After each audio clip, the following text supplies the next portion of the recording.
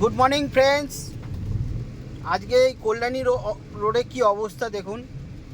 বৃষ্টি হচ্ছে কালকে ভোর রাত্রির সারাক্ষণ বৃষ্টি হয়েই চলেছে।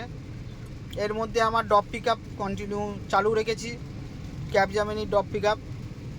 এই টিটাগড় পার হচ্ছি, টিটাগড় ব্রিজের ওপর। এখন যাচ্ছি কাঁচরাপাড়া। তো ইভি গাড়ি তো জানেন বর্ষার সময় কি বেহাল অবস্থা থাকে, কিন্তু কিছু করার নেই, আমাদের এটা জব।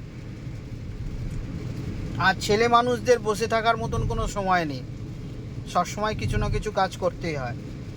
বাড়ি থাকলে বাড়ি, আর বাইরে থাকলে বাইরে। কাজ না করলে কে আর পয়সা দেবে। তো যাই হোক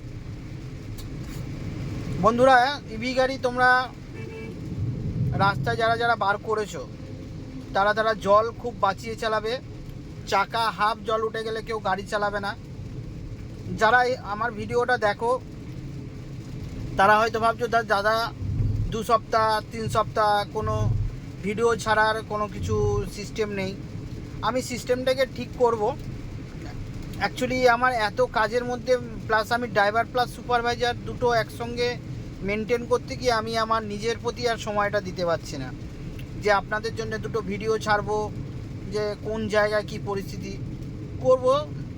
একটু আমাকে করতে দিন, স্টেবল হতে দিন। আমি ঠিক আপনাদের জন্য যেরকম ভিডিও বানাতাম আর ছাড়বো, এবং সেটা টাইম একদম মেনটেন করে। যাই হোক, আমার ভিডিও যারা যারা দেখেন তারা লাইক আর সাবস্ক্রাইবটা একটু করবেন, যাতে ভিডিও বানানোর আগ্রহটা যাতে একটু বাড়ে। না যদিও লাইক সাবস্ক্রাইব করেন কোনো আফসোস নেই, ভিডিও আমি যেরকম বানাচ্ছি ওরকম বানিয়ে চলবো। কারণ আমার মেন মোটিভ হচ্ছে ইভি গাড়ি রাস্তাঘাটে কতটা স্পিড মেনটেন করে চালাতে হবে, বর্ষার মধ্যে কীরকম চালাবেন, এটাই হচ্ছে আমার মেন মোটিভ। প্রথমত ইভি গাড়ি ব্রেকিং সিস্টেম খুব বাজে।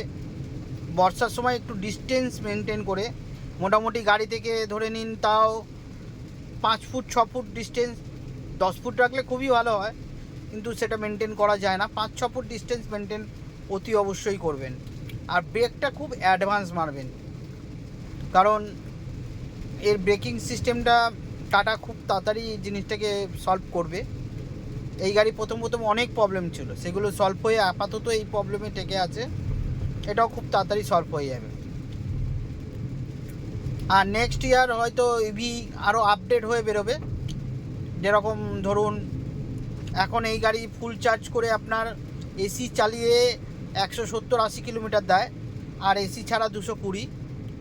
কিন্তু যখন যে গাড়িটা লঞ্চ হচ্ছে আর 1-2 বছর পরে, তো ওই গাড়িটার আপনার 350 রেঞ্জ এবং ব্রেকিং সিস্টেমটাও ভালো হয়ে যাবে, যেটুকুনি দেখুন আমি শুনেছি আর কি।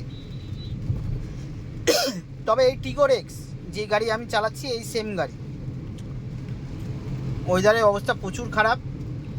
তো বন্ধুগণ, এক হাতে আমি অনেকক্ষণ ধরে ড্রাইভ করছি, তো জানি এটা খুব খতরনাক জিনিস এক হাতে ড্রাইভ করাটা।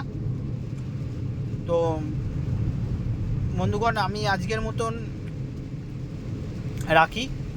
পরের নেক্সট ভিডিওতে আমি আরও কিছু বক্তব্য নিয়ে হাজির হব। গুড বাই ফ্রেন্ডস, ভালো থাকবেন, সাবধানে গাড়ি চালাবেন, 50-60-এর মধ্যে গাড়ি চালাবেন এবং ডিস্টেন্স মেনটেন করে চলবেন। Good bye.